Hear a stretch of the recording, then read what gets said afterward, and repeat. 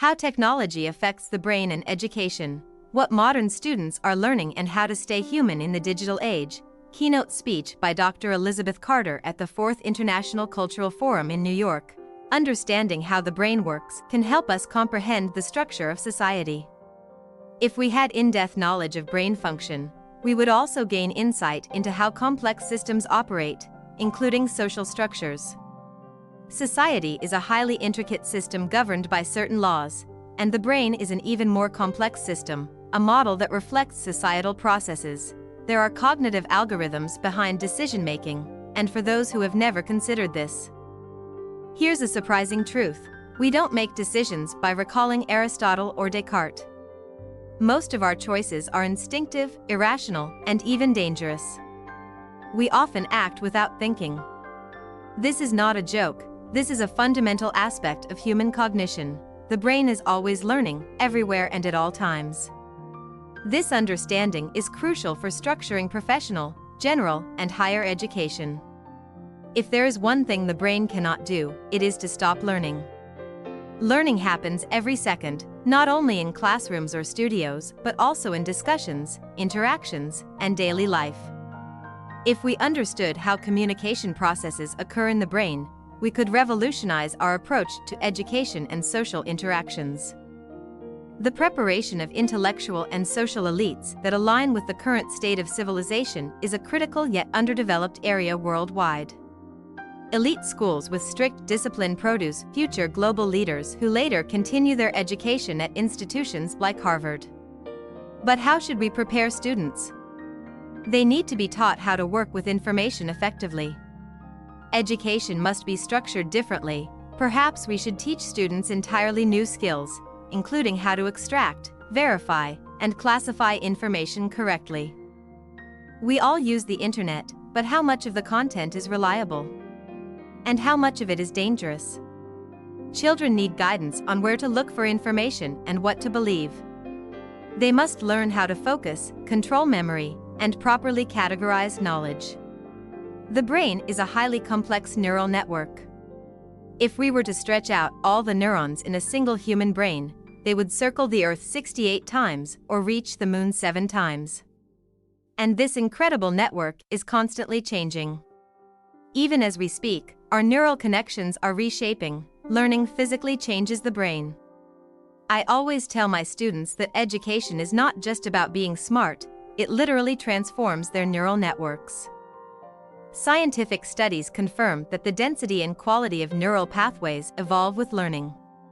Education leads to the growth of dendrites and axons, even increasing the number of neural fibers.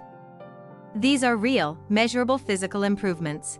The efficiency of both gray and white matter improves with challenging work.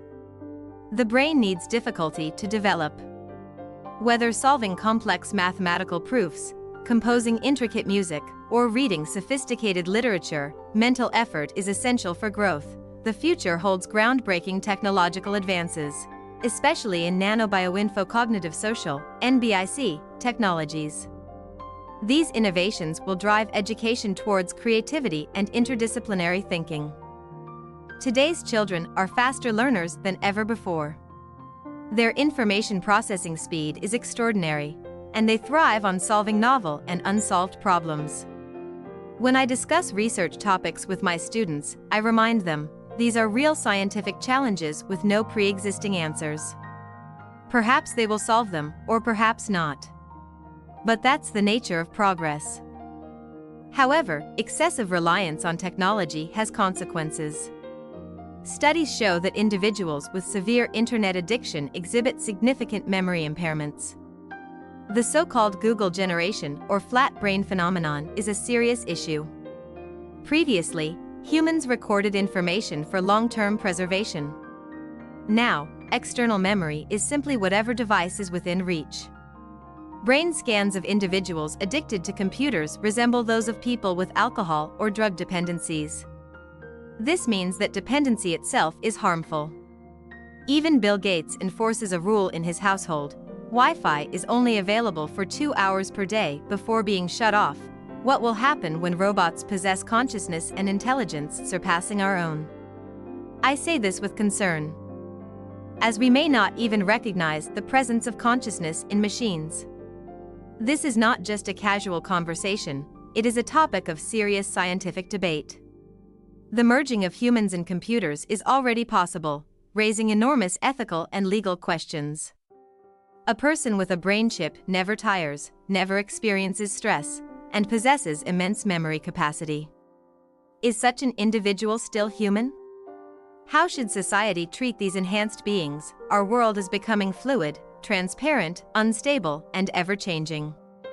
Personalized genomics is an astonishing advancement in medicine, but it also poses risks.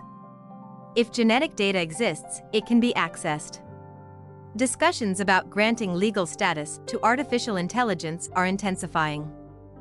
If AI is recognized as a legal entity, who holds responsibility? The programmer? The owner? The machine itself? Will humans become like wind-up toys, controlled by external forces? Or will we retain free will and independent decision-making? The only solution is to increase the emphasis on humanities in education. Science has never been stopped and never will be. Therefore, the only way forward is to elevate the role of ethics, philosophy, and critical thinking. My favorite philosopher, Immanuel Kant, once said that we must be guided by the starry sky above us and the moral law within us. If we wish to remain on this planet, not as relics but as Homo sapiens, with dignity, intelligence, and self-awareness, then we must hold on to these values every single day. Please subscribe to the channel and like it. You can also leave your comments. These actions help promote the channel on the YouTube platform and inspire me to release new videos for you. Thank you for your attention.